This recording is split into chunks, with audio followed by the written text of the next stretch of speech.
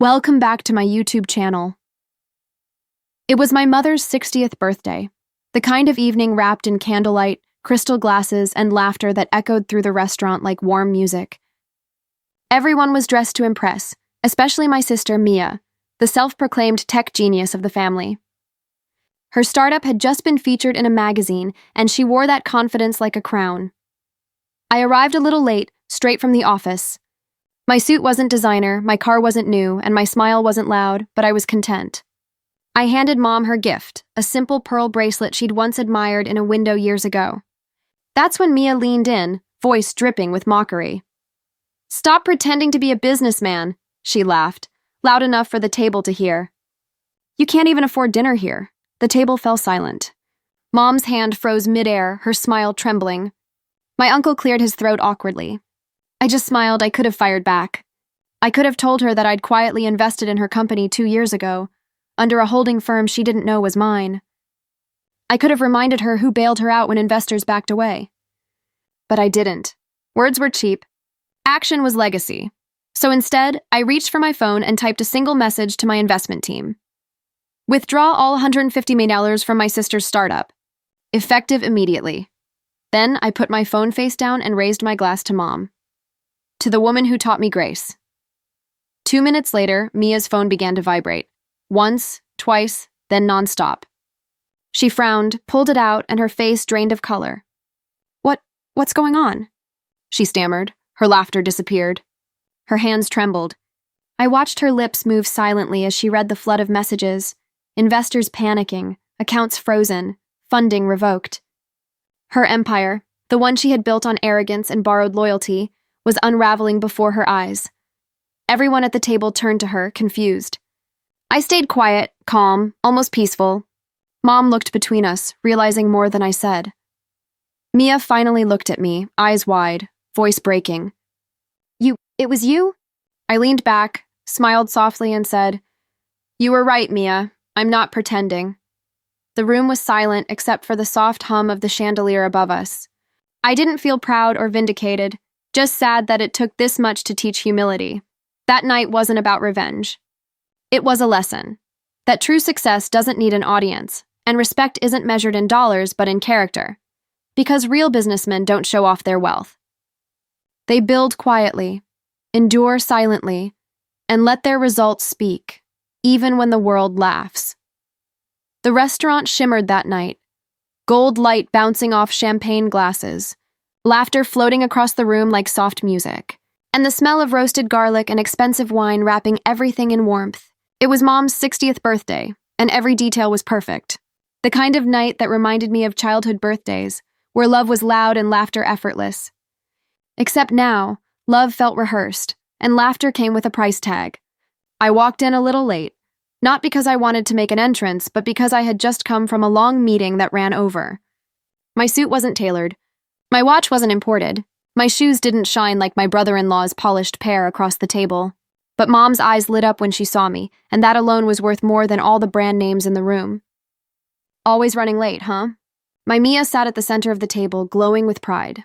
Her startup had been making headlines lately, flashy articles calling her the next face of innovation, investors praising her vision, and friends orbiting her success like planets drawn to a star. She thrived on the attention, feeding on every compliment like it was validation that she was better, brighter, more capable. But what no one at that table knew was that behind her so-called brilliance stood a silent investor, me. 2 years ago, her startup had been weeks away from collapse. She'd called me crying, desperate, saying she just needed a little help to keep things afloat. I didn't hesitate. I arranged the funding quietly, through a private investment group I controlled, making sure my name never appeared in the paperwork. I didn't want credit. I wanted to see her succeed. I wanted to protect her from the harshness of the world she was trying to conquer. But success had changed her. The same sister who once shared midnight snacks and secrets with me now spoke as if wealth had rewritten her DNA. She became distant, dismissive, a person who believed her net worth measured her worth as a human being. The irony? She was unknowingly spending my money. As she boasted about her new office in Dubai and her plans to go global by next quarter, I watched quietly, wondering when she'd remember humility, or if she ever would.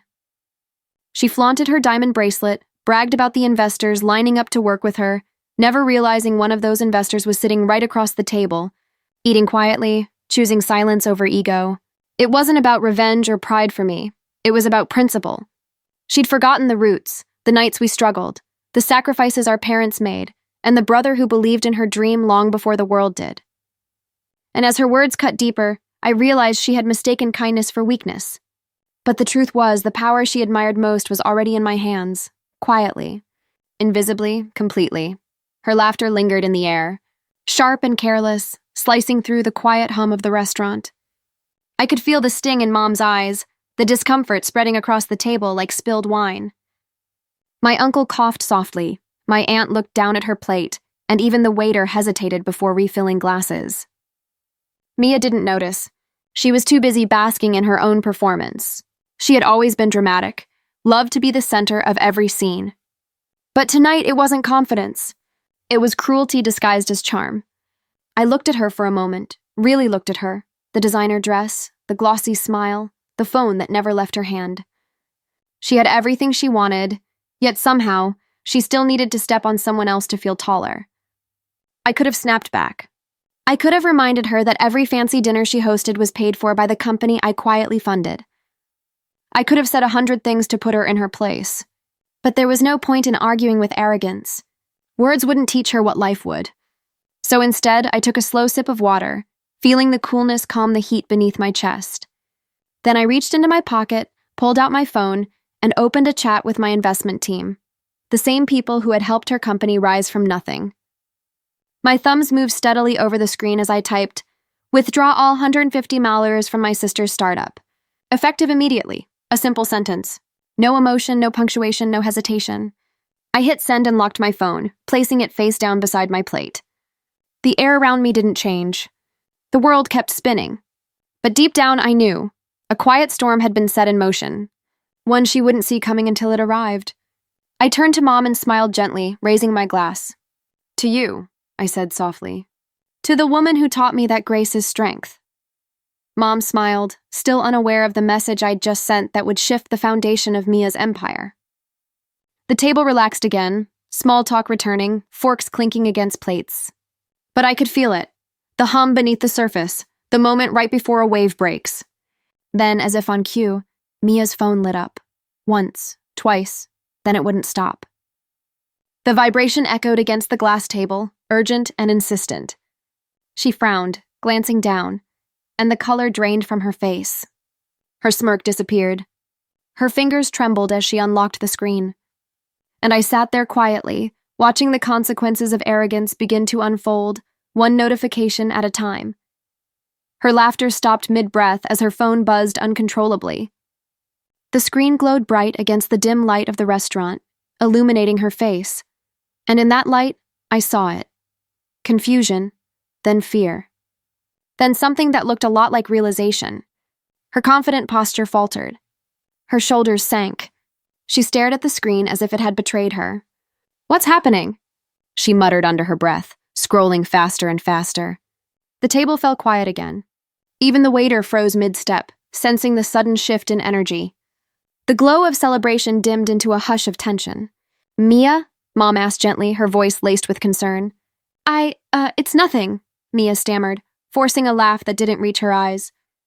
But her trembling hands betrayed her. More notifications. More emails, one after another. Her CFO, her legal advisor, her head of operations. Words flashed on her screen. Funds frozen, emergency call, withdrawal confirmed. She looked up at me, her face pale now, eyes wide and searching. For the first time in years, she didn't look like the woman who commanded boardrooms and headlines.